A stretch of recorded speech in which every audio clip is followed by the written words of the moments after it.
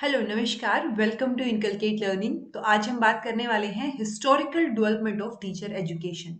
यानी कि हम इस कंप्लीट टॉपिक के बारे में डिटेल में बात करेंगे कि आपके अगर थियरी एग्जाम में कहीं पर ये टॉपिक है सो आप अच्छे से एटलीस्ट इस वीडियो से इस क्वेश्चन को अटेम्प्ट कर पाएंगे।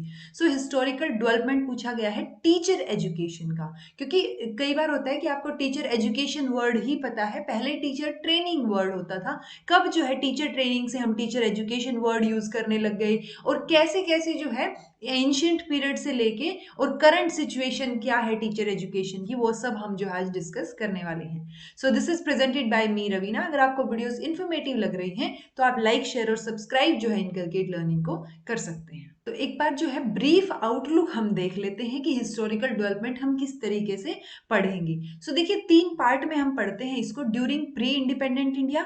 प्री इंडिपेंडेंट में भी हम ब्रिटिशर्स के आने से पहले की बात कर रहे हैं। तो उसमें क्या होगा, एंशियंट एजुकेशन सिस्टम। उस एजुकेशन सिस्टम में हम मेनली वैदिक एजुकेशन सिस्टम में देखेंगे कि टीचर एजुकेशन से रिलेटेड कुछ था या नहीं था, कुछ फॉर्मल सिस्टम था भी या नहीं भी था। बुद्धिस्ट एजुकेशन सिस्टम देखेंगे, मुस्लिम एजुकेशन सिस्टम देखेंगे।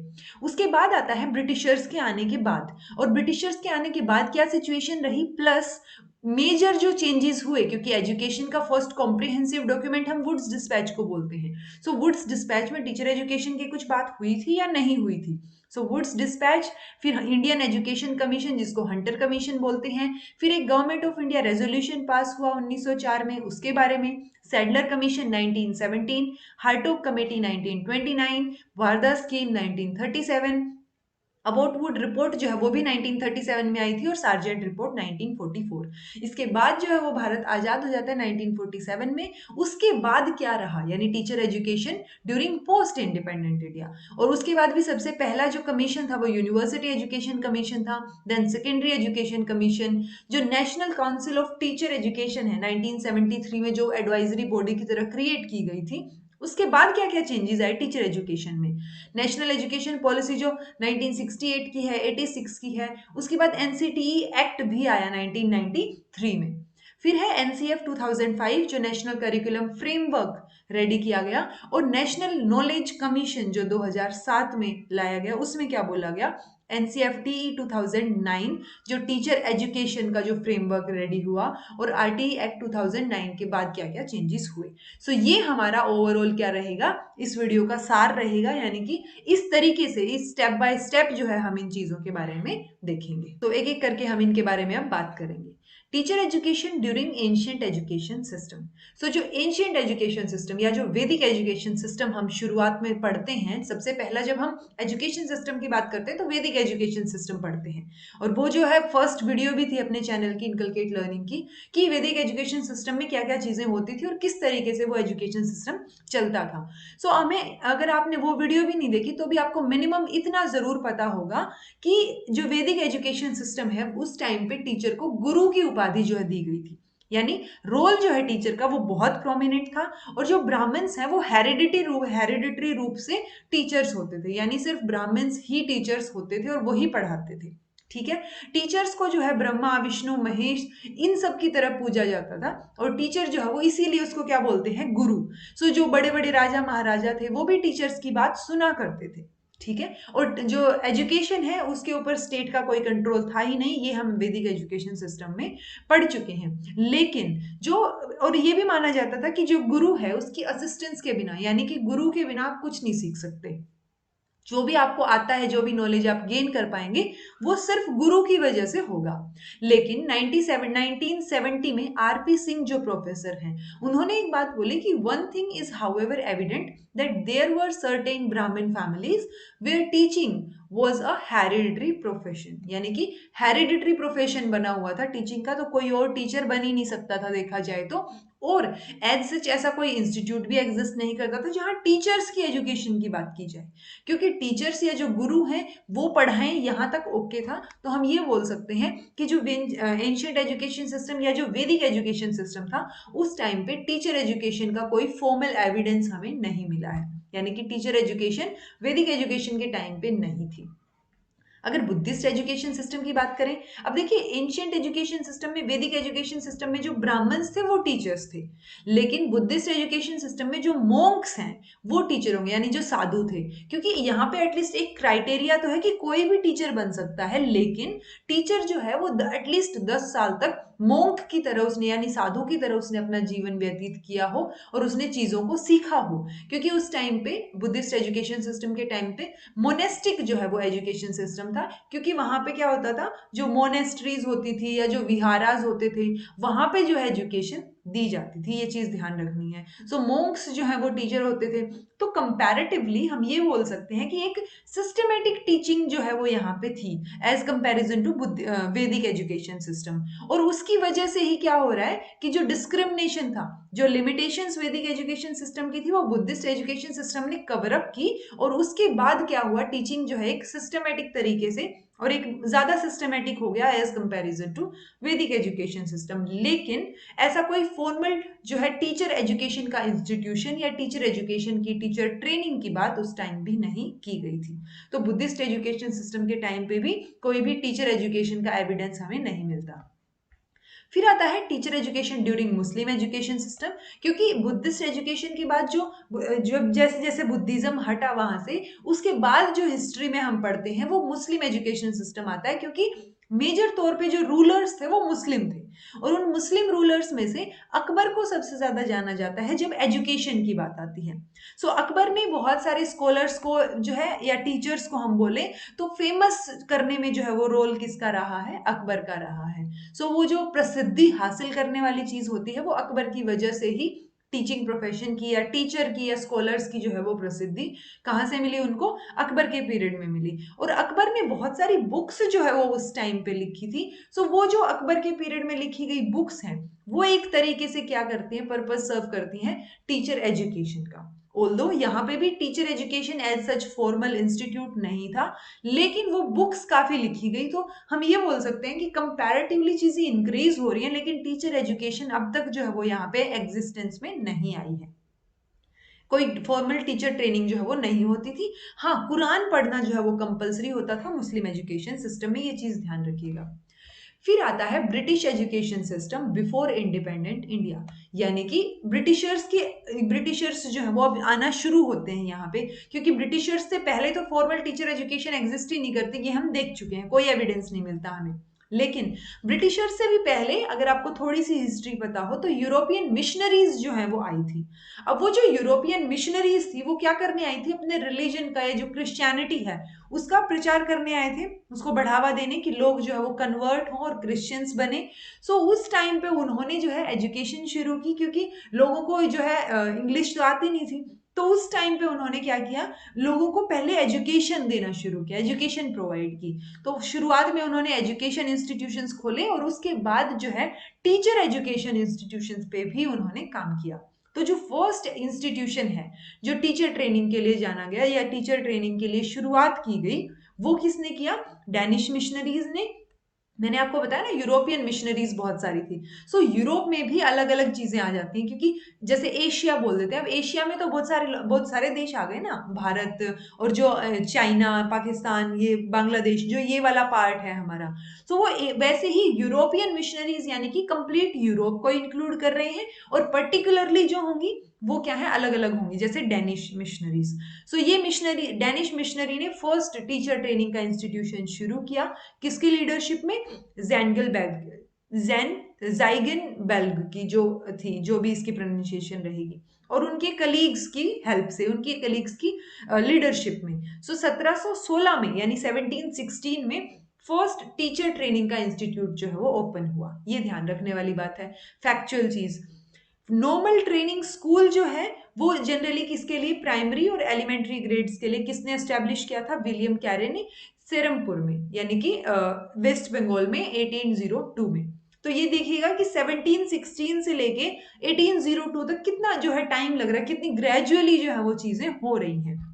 अब इसके बाद जो है जब 1802 आ गया है, उसके बाद हम पढ़ेंगे वुड्स डिस्पैच। सो वुड्स डिस्पैच 1854, ये भी हम तो एज अ टॉपिक जो है होल, मतलब डिटेल में जो है इस टॉपिक को हम कवर कर चुके हैं, वुड्स डिस्पैच को। सो ये फर्स्ट कॉम्प्रिहेंसिव डॉक्यूमेंट था।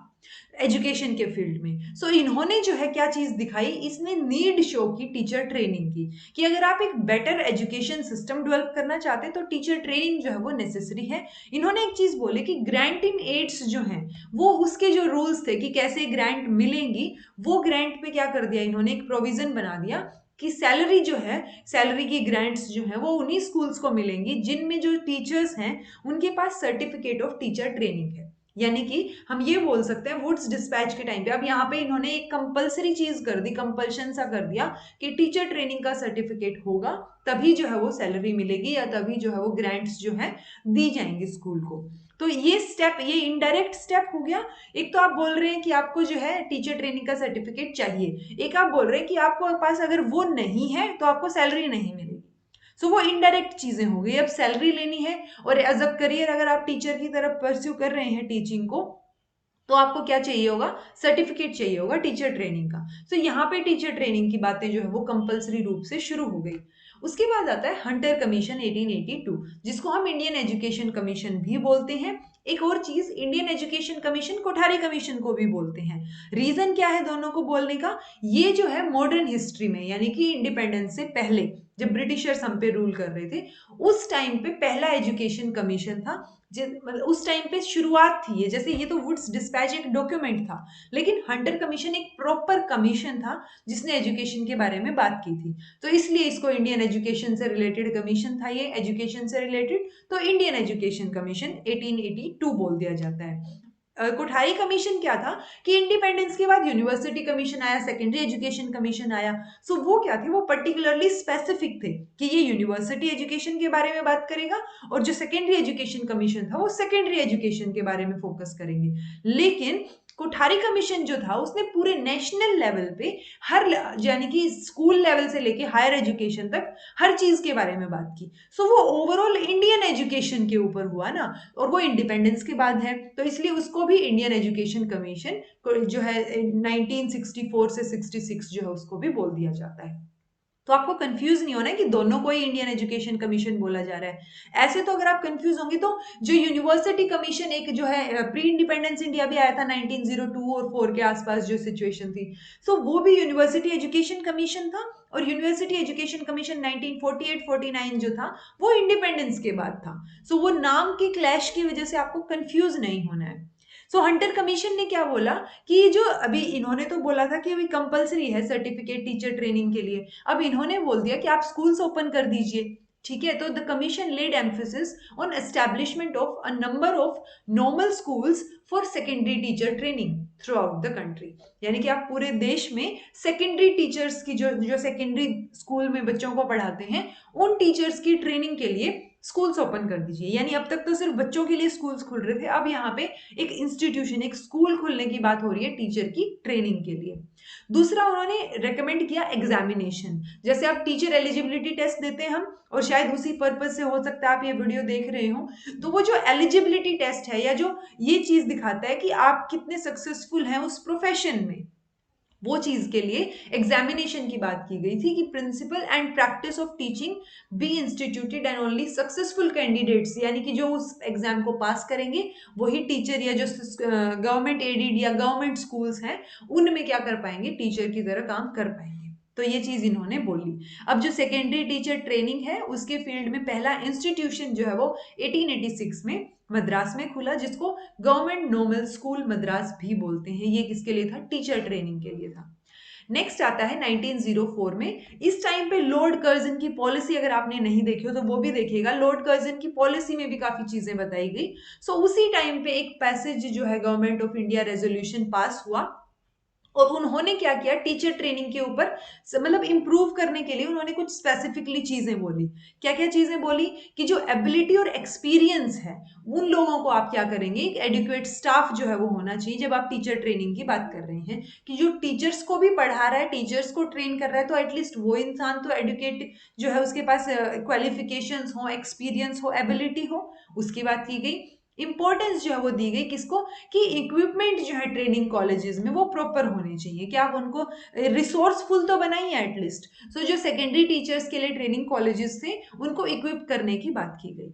Need was felt of practicing school attach to each college. तो देखिए, अगर आपने बीएड किया है तो आपने किसी न किसी स्कूल में इंटर्नशिप की होगी, तो वो इंटर्नशिप वाला जो पर्पस था वो क्या था कि आप जो कॉलेज में पढ़ रहे हैं वो एक थियरी है, जब आप इंटर्नशिप में किसी स्कूल में पढ़ाने जा रहे हैं तो वो क्या चीज होगी, प्रैक्टिकली आप डील कर रहे हैं सिचुएशन से, कि जो कॉलेज में आपके टीचर्स ने बताया है आपको कि आपको कैसे पढ़ाना है, कैसे आपको ट्रेनिंग देनी है बच्चों को, तो वो जो ट्रेनिंग आपको दी गई है ना, वो आप क्या प्रैक्टिकल रूप में अप्लाई कर पा रहे हैं। उसके लिए इन्होंने क्या बोला कि एक कॉलेज से, हर एक कॉलेज से एक प्रैक्टिसिंग स्कूल अटैच कर दीजिए, ताकि जो थियरी है, जो आपको थियरी पढ़ाई गई है, आप कोरिलेट करके प्रैक्टिस कर सकें टीचिंग की उस स्कूल में। सो इन्होंने एक कॉलेज के लिए एक स्कूल को अटैच करने की बात की। अब इन्होंने क्या बोला कि there should be 1 year course leading to university degree और डिप्लोमा फॉर ग्रेजुएट्स। जैसे बीएड अभी के लिए एलिजिबिलिटी है, वैसे ही उन्होंने 1 year कोर्स रखा ग्रेजुएट्स के लिए, और अदरवाइज क्या रखा, 2 year कोर्स, ताकि जो थियोरिटिकल बैकग्राउंड है वो क्या हो सके, प्रैक्टिकल जो चीजें हैं उस टाइम पे आप करके देख सकें, उस वो जो 1 year 2 year कोर्स होगा आप उस टाइम पे पढ़ा के देख सकें। ट्रेनिंग कॉलेजेस जो है वो स्कूल से लिंक करने की बात की गई, ताकि टीचर्स जो है वो जो उनको पढ़ाया गया है, मेथड्स जो पढ़ाए गए हैं कॉलेज में, वो इग्नोर ना करें और उन्हीं मेथड्स के ऊपर फॉलो अप करते हुए बच्चों को अच्छे से पढ़ाएं और टीचिंग का जो प्रोफेशन है उसको सीरियसली एक्सेप्ट करें। अब जो ये 1904 में हुआ था, 1912 में सेम चीज को सपोर्ट किया गया कि कोई भी टीचर जो है वो विदाउट सर्टिफिकेट या विदाउट एनी क्वालिफिकेशन आप टीचर नहीं बन सकते, नहीं पढ़ा सकते आप। तो मॉडर्न सिस्टम जो है एजुकेशन का, उसमें बोला गया कि no teacher should be allowed to teach without a certificate that he was qualified to do so, कि आप टीचर बनने के लायक हैं भी या नहीं, आप क्वालिफाइड हैं या नहीं, वो बात की गई। जैसे आजकल अगर आप ध्यान देंगे तो बहुत सारे प्राइवेट स्कूल्स जो हैं वो भी सी टेट या जो पर्टिकुलर स्टेट का टेट है उसके बिना, अगर वो आपका क्लियर नहीं है, वो एक एलिजिबिलिटी क्राइटेरिया होगा कि आपने अगर एमएससी भी कर ली या बीएससी एमएससी करके आप स्कूल में पढ़ाना चाह रहे हैं कि चलिए गवर्नमेंट वैकेंसीज नहीं निकल रही है तो मैं प्राइवेट स्कूल में पढ़ा लेता हूँ, लेती हूँ। सो उस टाइम पे क्या होगा, वो भी आपसे क्या एलिजिबिलिटी मांगेगी, या तो आपका सी टेट क्लियर हो या फिर पर्टिकुलर स्टेट का टेट क्लियर हो। सो वो क्या है, एक पर्टिकुलर क्वालिफिकेशन और एलिजिबिलिटी है कि आप पढ़ा भी सकते हैं या नहीं। ठीक है। ऐसे ही सैडलर कमीशन 1917, जिन्होंने रिपोर्ट सबमिट की 1919 में, उन्होंने क्या बोला, उन्होंने रोल ऑफ यूनिवर्सिटीज पे फोकस किया कि जो प्रोफेशनल ट्रेनिंग दी जा रही है सेकेंडरी स्कूल के टीचर्स को या एजुकेशनल रिसर्चर्स को, सो वो किस पे फोकस करना है, यूनिवर्सिटी का रोल उसमें होना चाहिए ताकि बेटर तरीके से जो है वो ट्रेनिंग दी जा सके। अब इन्होंने क्या चीज सजेस्ट की कि जो ट्रेनिंग प्रोग्राम है वो सिर्फ इसलिए नहीं होना चाहिए कि आप जो है उस इंसान को क्लासरूम में पढ़ाने के लिए लायक बना दें, बल्कि एक अच्छा एडमिनिस्ट्रेटर भी वो बन सके। इस तरीके का टीचिंग प्रोग्राम जो है वो आपको ऑर्गेनाइज करने हैं, और उन ट्रेनिंग प्रोग्राम जो आप ऑर्गेनाइज कर रहे हैं उनसे एक बेटर टीचर के साथ साथ एक एडमिनिस्ट्रेटर भी उभर के आए। नेक्स्ट आता है हार्टोग कमेटी 1929। हार्टोग कमेटी ने भी क्या बोला, उन्होंने एक और चीज एडअप की कि जो सैडलर कमीशन ने बोली थी चीजें, उन्हीं चीजों में एडअप करते हुए उन्होंने क्या बोला कि उन्होंने इसने सैडलर कमीशन ने क्या बोला था कि ट्रेनिंग प्रोग्राम्स होने चाहिए। अब ट्रेनिंग प्रोग्राम्स में कॉन्फ्रेंसेस और रिफ्रेशर कोर्स होने चाहिए, वो किसने बताया, हार्टोग कमेटी ने, और वो भी किसके लिए, जो ऑलरेडी सर्विस में है, यानी कि इन सर्विस टीचिंग की बात आ गई इसमें, कि आप क्या कर रहे हैं, जो टीचर्स ऑलरेडी सर्विस में हैं उनके लिए कॉन्फ्रेंसेस या रिफ्रेशर कोर्सेज, ताकि वो अपग्रेड कर पाए अपनी नॉलेज को टेक्नोलॉजी के बेसिस पे, वो चीजें इन सर्विस टीचिंग की बात जो है वो इसमें आ गई, ताकि स्कूल के जो स्टैंडर्ड्स हैं टीचर के, स्कूल टीचर्स के, वो स्टैंडर्ड्स थोड़े इंक्रीज हो सके। अब इन्होंने ये सजेस्ट किया था, इस सजेशन के बाद क्या क्या रिजल्ट्स निकले। ठीक है, तो उन्होंने क्या किया, जो एजुकेशन में डिग्रीज जो है वो बहुत सारी यूनिवर्सिटीज में शुरू हो गई, एजुकेशन डिपार्टमेंट्स जो है वो बन गए कि पर्टिकुलरली एजुकेशन पे फोकस करने के लिए। टीचर ट्रेनिंग इंस्टीट्यूशंस जो हैं उनमें भी बेटर इक्विपमेंट और जो लेबोरेटरीज हैं, लाइब्रेरीज हैं, वो इंक्रीज होने लगी, ताकि यानी कि रिसोर्सेज जो है वो बढ़ने लग गए। Working on the recommendation of Sadler commission 13 out of 18 universities, यानी कि 18 में से 13 यूनिवर्सिटीज ने एजुकेशन के लिए जो फैसिलिटीज हैं वो सेटअप यहाँ पे कर दिया था। ठीक है, फैकल्टीज सेटअप कर दी उन्होंने। लेडी इरविन कॉलेज जो है वो न्यू दिल्ली में सेटअप हो गया उस टाइम पे। इसके बाद आंध्रा यूनिवर्सिटी जो है उसने बीएड की डिग्री शुरू कर दी 1932 में। सो बीएड जो हम करते हैं, जो एक एलिजिबिलिटी क्राइटेरिया बना हुआ है, वो कब शुरू हुआ? वो 1932 में शुरू हुआ। बॉम्बे यूनिवर्सिटी ने पोस्ट ग्रेजुएट डिग्री लॉन्च की, यानी कि मास्टर इन एजुकेशन, सो वो 1936 में बॉम्बे यूनिवर्सिटी ने की। तो ये 2 पॉइंट फैक्चुअल तौर पे आपको पता होने चाहिए। वारदा स्कीम 1937, जिसको बेसिक एजुकेशन या नई तालीम जो है वो बोला गया था। सो गांधी जी ने क्या फील किया कि टीचर ट्रेनिंग जो है वो ज्यादा प्रैक्टिकल और फंक्शनल होनी चाहिए। इसीलिए उन्होंने क्या बोला था, क्राफ्ट सेंटर्ड एजुकेशन बच्चों के लिए की थी, ताकि वो कोरिलेट कर पाए रियल लाइफ सिचुएशन से। सो उसी तरीके से प्रैक्टिकल चीजें उन्होंने टीचर ट्रेनिंग में भी क्या की, एम्फेसाइज किया उनके ऊपर, टीचर ट्रेनिंग में प्रैक्टिकल चीजों पे, ताकि जो टाइप ऑफ एजुकेशन है कि कैसे पढ़ाना है, कैसे जो है सोसाइटी की नीड्स हैं, पीपल की नीड्स से कैसे मैच करती हैं, और वो जो पढ़ाया जाएगा वो कैसे जो है आगे एजुकेशन में या जो लाइफ में कैसे काम आ पाएगा। सो इन्होंने प्रैक्टिकल चीजों पे फोकस किया टीचर ट्रेनिंग को लेके भी। सो ये जो बेसिक एजुकेशन महात्मा गांधी ने शुरू की थी, किसके लिए, मतलब leading to what, training of teachers for basic schools, कि अब टीचर्स की ट्रेनिंग किस तरीके से होगी। जो वारदा स्कीम में चीजें मेंशन है, वो बेसिक स्कूल में जो जिस तरीके से बच्चों को पढ़ाना है उस तरीके से टीचर्स को ट्रेनिंग दी जाएगी। इसी के चलते 1938 में बेसिक ट्रेनिंग कॉलेज जो है वो इलाहाबाद में सेटअप हुआ, और विद्या मंदिर ट्रेनिंग स्कूल जो है वो वारधा में, वो भी 1938 में शुरू हुआ। सो ये ट्रेनिंग कॉलेजेस जो है वो सेटअप होने लग गए हैं अब अच्छे से। फिर आता है अबॉट वुड रिपोर्ट, वो भी 1937 में था। अबॉट वुड ने भी क्या बोला कि कैसे पढ़ाना है वो अच्छे से पता होना चाहिए, कि नॉर्मल स्कूल जो है वो किस पे फोकस करता है, सोशल वे ऑफ एजुकेशन, कि क्या क्या पढ़ाना है और कैसे सोसाइटी से चीजें मैचअप करेंगी। बट इन्होंने क्या बोला कि टेक्निकली आपको हाउ, इस ये भी चीज भी जो है उस चीज पे भी फोकस होना चाहिए कि हाउ टू टीच। ठीक है, और उसकी वजह से ये भी रिफ्रेशर कोर्सेज को सजेस्ट कर रही थी, ताकि टीचर्स का जो एक्सपीरियंस है वो वाइडर हो सके। ठीक है जी। तो ये अबॉट वुड रिपोर्ट ने भी सेम चीजें बोली। सार्जेंट रिपोर्ट में भी टीचर ट्रेनिंग प्रोग्राम्स की बात की गई, रिफ्रेशर कोर्सेज के ऊपर फोकस करने, मतलब पर्टिकुलर टाइम इंटरवल में उन्होंने रिफ्रेशर कोर्सेज ऑर्गेनाइज करने की बात की गई। जो स्केल है सैलरी, टीचर्स की सैलरी का, उसको इंक्रीज करने की बात की गई, कि ताकि जो एबल और एफिशिएंट लोग हैं वो टीचिंग के प्रोफेशन में आ पाए। अब 1945 के बाद एजुकेशन डिपार्टमेंट जो है वो सेंट्रल गवर्नमेंट के अंडर सेटअप हो गया था। अब 1937 से 1947 तक बहुत सारे ट्रेनिंग कॉलेजेस खुले, ट्रेनिंग स्कूल्स खुले, यानी कि बेसिकली बहुत खर्चा हुआ है ट्रेनिंग स्कूल्स और ट्रेनिंग कॉलेजेस के खुलने पे। लेकिन जो ओवरऑल आउटपुट है अब तक का, वो ऐसा अप टू द मार्क नहीं था, कि जितनी सजेशंस दिए गए थे वो सजेशंस बिल्कुल ग्राउंड लेवल पे जो है वो काम कर पाए, इतना ज्यादा काम नहीं हुआ था। तो still there was an improvement in the field of teacher education. अब ये इम्प्रूवमेंट जो है वो आगे कैसे होगी, यानी 1947 के बाद हम आजाद हुए, तो 1950 में जो है फर्स्ट कॉन्फ्रेंस किसकी, ट्रेनिंग कॉलेजेस की, बड़ौदा में जो है ऑर्गेनाइज की गई। क्या चीज करने के लिए, डिस्कस करने के लिए प्रोग्राम और फंक्शंस किसके, ट्रेनिंग कॉलेजेस के, कि कौन कौन से प्रोग्राम्स वो ऑफर करेंगे, कौन कौन से फंक्शंस जो है वो ट्रेनिंग कॉलेजेस के होंगे।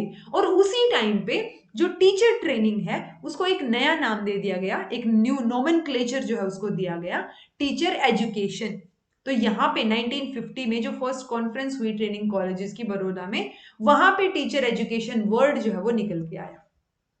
सेकेंडरी एजुकेशन कमीशन को बाइबल फॉर टीचर्स बोला जाता है, लेकिन बाइबल फॉर टीचर्स उनको वैकेशन से रिलेटेड चीजों के लिए बोला जाता है, वो हम ऑलरेडी सेकेंडरी एजुकेशन कमीशन पढ़ते टाइम कर चुके थे। ऑल्दो इन्होंने हर कमीशन टीचर एजुकेशन के ऊपर फोकस करने की बात कर रहा है। एक रिव्यू कमेटी जो है वो 1960 में एजुकेशन से रिलेटेड बिठाई गई थी, और उनकी जो मेजर रिकमेंडेशंस थी वो पोस्ट ग्रेजुएट स्टडीज, रिसर्च में, एजुकेशन में, और एजुकेशन ऑफ एडमिनिस्ट्रेटर और क्वालिफिकेशन ऑफ टीचर एजुकेटर, यानी टीचर एजुकेटर की क्या क्वालिफिकेशन होनी चाहिए जो टीचर्स को पढ़ाएगा। सो वो चीज इसमें बात की गई। ऑल्दो इनकी जो रिकमेंडेशंस थी उन पे मेजर तौर पे काम किया गया, उनको एक्सेप्ट कर लिया गया था, और उसी के चलते 1961 में एनसीईआरटी जो है वो सेटअप हो गया था। एनसीईआरटी भी स्कूल लेवल पे कुछ हद तक टीचर एजुकेशन को देख रहा था उस टाइम पे, क्योंकि तब तक एनसीटीई डेवलप नहीं हुआ था। एनसीटीई जो है वो कब आएगा, 1973 में। National policy statement on education 1968। अब इसने भी बहुत सारी चीजें बोली थी नेशनल एजुकेशन पॉलिसी में एजुकेशन से रिलेटेड, लेकिन टीचर एजुकेशन में इन्होंने इन सर्विस एजुकेशन के ऊपर एम्फेसिस करने की बात की थी कि in service during the service जो एजुकेशन है टीचर्स के लिए उस पर फोकस होना चाहिए। 1986 में जो है वो क्या हुआ, अब ये ध्यान रखिएगा कि जो मैं बोल रही हूँ ये एनसीईआरटी 1961 और जो एनसीटीई है national council for teacher education वो 1973 में एक एडवाइजरी बॉडी की तरह आई थी। सो वो ये नहीं, अभी अगर वो डेवलपमेंट स्टैट्यूटरी बॉडी की तरह पूछा जाए तो वो 1993 आएगा। सो ये ये जो सन जो है वो आप याद रखिएगा, कहीं फिर आप बोले कि मैंने कुछ और बोला था, तो वो 1973 में एडवाइजरी बॉडी की तरह एनसीटीई आई थी। 1986 में डाइट्स पे फोकस किया गया और ये क्वेश्चन भी बहुत बार आता है कि डाइट्स की रिकमेंडेशन किसने दी थी, तो डाइट्स की यानी डिस्ट्रिक्ट लेवल पे जो इंस्टीट्यूट्स हैं एजुकेशन और ट्रेनिंग के, उनकी रिकमेंडेशन 1986 में की जो पॉलिसी थी एनपी उसने दी थी। और उसी टाइम पे बहुत सारे कॉलेजेस को अपग्रेड कर दिया गया, यानी कॉलेजेस ऑफ टीचर एजुकेशन या institute of advanced studies in education, so इन पे फोकस किया गया था, यानी कि टीचर एजुकेशन पे अब जो है पूरे तरीके से फोकस हो रहा था। उसी टाइम पे यशपाल कमेटी जो आई थी 1993 में, इन्होंने एक रिपोर्ट दी थी लर्निंग विदाउट बर्डन। सो उस टाइम पे भी इन्होंने क्या चीजें बोली कि जो किस टीचर प्रिपरेशन है, यानी अगर टीचर की एजुकेशन या टीचर की प्रिपरेशन बेटर नहीं है, सो जो क्वालिटी होगी लर्निंग की वो भी अनसेटिस्फैक्टरी होगी। तो इनडायरेक्टली ये डायरेक्टली क्या ही बोल रहे हैं कि टीचर एजुकेशन बेटर होनी चाहिए ताकि एजुकेशन का जो लर्निंग का जो लेवल है स्कूल का वो इंक्रीज हो सके, क्वालिटी बेटर हो सके। एनसीटीई मैंने आपको बताया, एनसीटीई एडवाइजरी बॉडी थी 1973 में, एनसीटीई एक्ट जो है 1993 में लेके आई, अब यहाँ पे वो स्टैट्यूटरी बॉडी बन गई। इसने जो फॉर्मल फंक्शंस थे वो 1995 तक शुरू कर दिए थे और एक नेशनल करिकुलम ये लेके आए 1998 में। National curriculum for framework for teacher education पहले भी आया था, लेकिन तब वो एडवाइजरी बॉडी थी। अब जो है स्टैट्यूटरी बॉडी बनने के बाद जो पहला करिकुलम था टीचर एजुकेशन के लिए वो 1998 में था, ताकि कि कुछ गाइडलाइंस, कुछ कंटेंट, मेथोडोलॉजी की कैसे पढ़ाना है टीचर एजुकेशन से रिलेटेड, वो सारी चीजें इसमें डिटेल में मेंशन की गई थी। अब अगर क्वालिटी एनहेंसमेंट की बात करें तो हमें पता है एनसीईआरटी एनसीटीई कहाँ काम करते हैं, नेशनल लेवल पे। SCERT colleges of training education, institutes of advanced studies in education, ये कहाँ काम करते हैं, स्टेट लेवल पे।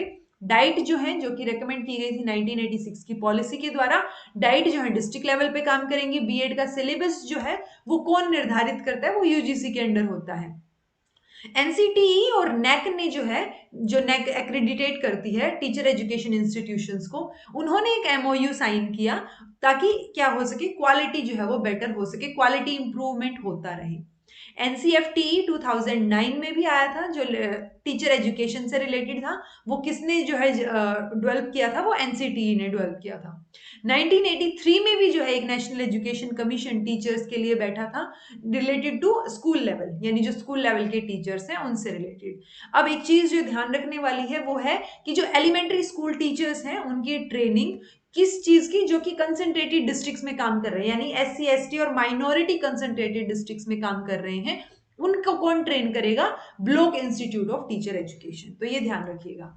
अब आता है नेशनल नॉलेज कमीशन। अब उस टाइम पे 2007 की बात हो रही है, ये वहां पे भी क्या हो रहा था, शॉर्टेज हो रही थी कि मोटिवेटेड या जो टीचर्स हैं वो एंथुजियास्टिक हैं टीचर बनने के लिए, कि कई बार होता है ना बाय डिफॉल्ट ये प्रोफेशन चूज कर लिया जाता है कि और कुछ नहीं तो टीचर बन जाएंगे और जो है पढ़ा लेंगे, वो चीज वहां पे ज्यादा हो रही थी। तो उस टाइम पे इन्होंने एक अर्जेंट चीज क्या बोली, प्री सर्विस और इन सर्विस दोनों तरीके की ट्रेनिंग की, जो है टीचर ट्रेनिंग की इन्होंने बात की थी नेशनल एजुकेशन कमीशन में। अब राइट टू एजुकेशन जो ये हमारा जो आरटीई एक्ट था, जो कि 2010 में एनफोर्स हुआ, 2009 में इस एक्ट को लाया गया था। अब इन्होंने भी इंपॉर्टेंट इम्प्लीकेशंस बोली थी टीचर एजुकेशन के लिए। और एक और चीज, जो क्वालिटी एनहेंसमेंट की बात हो रही है स्कूल एजुकेशन की, सो टीचर एलिजिबिलिटी टेस्ट जो है टीचर्स के लिए, प्रिंसिपल एलिजिबिलिटी टेस्ट प्रिंसिपल्स के लिए नेशनल, सेंट्रल और स्टेट दोनों लेवल पे कंडक्ट करवाया जाना चाहिए, क्योंकि उससे पहले यूजीसी ऑलरेडी जो है वो नेट कंडक्ट करवा रही थी और स्टेट लेवल पे स्टेट लेवल एलिजिबिलिटी टेस्ट भी जो है वो ऑलरेडी एग्जिस्ट कर रहा था जब ये आरटीई एक्ट वहां पे आया था। ओवरऑल हम क्या बोल सकते हैं कि टीचर एजुकेशन जो है उसमें बहुत लंबा जो है डेवलपमेंटल पीरियड रहा है इसका, लेकिन स्टिल इम्प्रूवमेंट के चांसेस जो है वो रहते हैं। बट उन इम्प्रूवमेंट के साथ साथ फिलहाल करंट सिचुएशन की अगर हम बात करें तो हमारे पास एनसीईआरटी, एनसीटीईएस, एससीईआरटी, बहुत सारी एजुकेशनल प्रोफेशनल बॉडीज हैं जो कि टीचर एजुकेशन के ऊपर फोकस कर रही हैं और उसको इम्प्लीमेंट करने के लिए भी जो है वो काम कर रही हैं। सो ये था हमारा हिस्टोरिकल डेवलपमेंट तब से लेके अब तक। So this was all about today. Thank you so much for watching. अगर आपको वीडियोस इन्फॉर्मेटिव लग रही हैं तो लाइक, शेयर और सब्सक्राइब जो आप इनकलकेट लर्निंग को कर सकते हैं।